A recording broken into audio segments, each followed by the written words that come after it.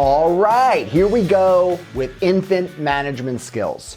This first class really kicks off when they hand you your baby, okay? They're handing you your baby and now you are on duty. Yes, on duty, okay?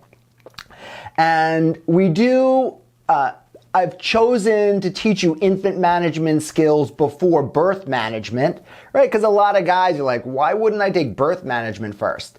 And it's because one way or the other, God willing, the healthiest, safest, way that you guys choose, at some point, they're going to be handing you this baby, okay? And I want you to be ready to know how to manage your baby. And if you really wanted to know every single thing about birth, you'd be an OB, okay? So you 100% are going to know everything you need to know to be relevant. Starting now, pre-birth, through the birth, how to help support your woman, and post-birth, okay? And again, ultimately, you being able to manage your baby is the most relevant thing in your very near future, okay? And that's why we're going to cover it first. Okay, so managing your infant, and God willing, they hand you a relatively normal, human being infant, okay? Relatively normal, standard issue, human being infant, okay? All right, they're going to hand you this little infant. There are three main areas that you are going to become proficient in, all right, that are going to set you up for success, and truly the main areas that you need to know that will 100% empower you to be a hero dad at home, okay? And set your woman at ease, and your mom at ease, and your mother-in-law, and everybody, because you're going to know how to stand on your own 2 feet to manage your little being, okay? They hand you your baby. Here is your mental checklist on what you need to know how to do and to check. Diapers, how to change and clean their diaper, how to feed the baby, and also how to soothe your baby. And also, of course, we're going to go over some choking prevention and infant CPR, which are also key skills for you to have. Although on a day-to-day basis, and the odds are very low you're going to need those skills, on a day-to-day basis, as soon as they hand you your baby, this is what you're going to need to know. So we're going to cover changing the baby first, then we're going to move into feeding, and then we're going to move into soothing, and then choking prevention, infant CPR, and that's how we're going to wrap up class 1, okay? So changing your baby, we're going to get everything ready here.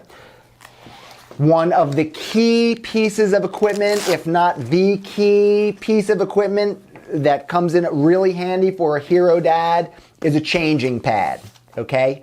Why? Because it's all about getting it done. And if there's no changing thing in whatever restroom you're at and you need to get business done, you lay your changing pad down wherever you are and you get it done, okay? No, where, this new thing. Psh. Put your changing pad down. Take care of business. What a hero, right? It's about getting it done, maturing up, figuring it out, and getting it done without the crying, right? That's what it's all about, right? It's us becoming the daddy now. And, look, a lot of us are fully grown, although inside we're still, between you and me, I know a lot of dudes that are fully grown, in their 30s and 40s and in here, 18-ish, some younger. And that's part of this process, is recognizing everyone needs more from us. Honestly, this is the real key piece here in growing to the next level is, understanding we have that little boy inside and we want to be taken care of. And, just think about, if we're like, no, I don't want this. And if we, our behaviors, are the behaviors more of an adult, mature man, or the behaviors, jealous, angry, quick, very, I'm having a tantrum. this is the part of maturing process, right? Getting it done. They don't have a thing in the bathroom? No problem, babes. I got my changing pad. Okay, so you have your changing pad. We have our baby. Now, I'm about to show you a changing style that is different than any changing style that you've seen, okay? And it's even safer than the changing style that everybody is familiar with. And everybody is familiar with which changing style? Picking the baby's feet up over their head, okay? And I'm going to explain to you why. This changing style is the safest for their little spine, okay?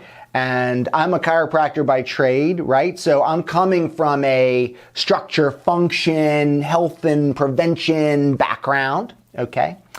And this changing style is going to do two major things. Number one, it's going to help maintain their healthy spine. And also, it's going to help you decrease your odds of colic and also decrease your odds that down the road, your little baby has, your toddler, okay, ear infections, which in case you haven't known is a thing that parents of small children struggle with and deal with all the time. So again, when we're talking about being relevant, you are going to bring to the table a changing style that's going to help decrease the odds of colic and ear infections, which is pretty relevant. So how is that? And, what are you talking about, Dr. Nogan? Okay. So, this way I'm going to show you is safer, and this is why. So colic, we'll start with colic. Colic, we all know in the birthing world, colic is gas pains, gastric distress, tummy ache, gas bubbles, okay? And we pretty much know it comes from when they guzzle down a bottle and they suck in air, or let's just say your baby doesn't have a good latch on your woman's breast. If she's breastfeeding, they suck in air. They can create these, gas bubbles. That's one very, makes sense, this theory of the cause of gas bubbles. So there's another perspective, and it is this, that, your infant, everybody, all human beings, our digestion and our guts, like the actual physical intestines and their functioning, is controlled by the nerves that come from the lower neck, upper thoracic, upper back, and also the lower back as well. Okay? So,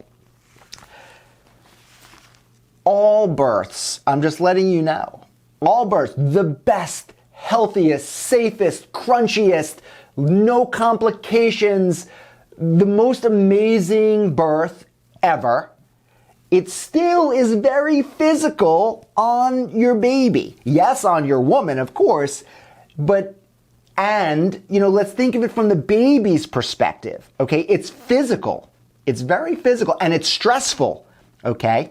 And so let's just say a vaginal birth. The baby is coming down the birth canal, and it needs to turn its head and go under the pubic bone. So it's a lot of turning and twisting and then pulling. There's always a little bit of yanking. Again, in the safest, healthiest, crunchiest birth, there's still some yanking on your kid's head, dude, okay? So, okay, let's just, if you want to kind of, put this in perspective, somebody takes a big, giant person. Imagine you're little and you get this giant person pulling from underneath, your head, okay? So again, in the safest way, it's still pressure on your head and there's some twisting going on, okay? And then in a C-section, okay, even the best, most successful C-section, they're pulling your baby out, like this, which just goes to, it just makes sense, right? That, very possibly that their neck, there's some irritation in there, right? Down in their spine, up where their head and neck meets. Okay, so maybe yes, maybe no. So again, this is about, I've come to recognize in life and parenthood and fatherhood and husbandhood, there's no guarantees. You don't know what tomorrow is going to bring. You just don't know. I mean, I know super healthy dudes that drop dead just like this. I mean, you just don't know, right? So then it becomes odds, right? Am I doing things to increase my odds of success, or am I doing things that are decreasing my odds of success? So this changing style is going to decrease the odds that we're going to be irritating the baby's neck and back. And in the next class in birth management, I'm going to share with you some, it's going to make you amazingly relevant, a few things to recognize if indeed, the baby's not latching, like some telltale signs that maybe, some things are just a little off balance, right? Out of balance, okay? And that's going to be in birth management. So let's just say, for argument's sake, the best healthiest situation, there's still some soreness, irritation, that's going on. Perhaps, things pop right back into alignment after all the pulling. Perhaps not, okay?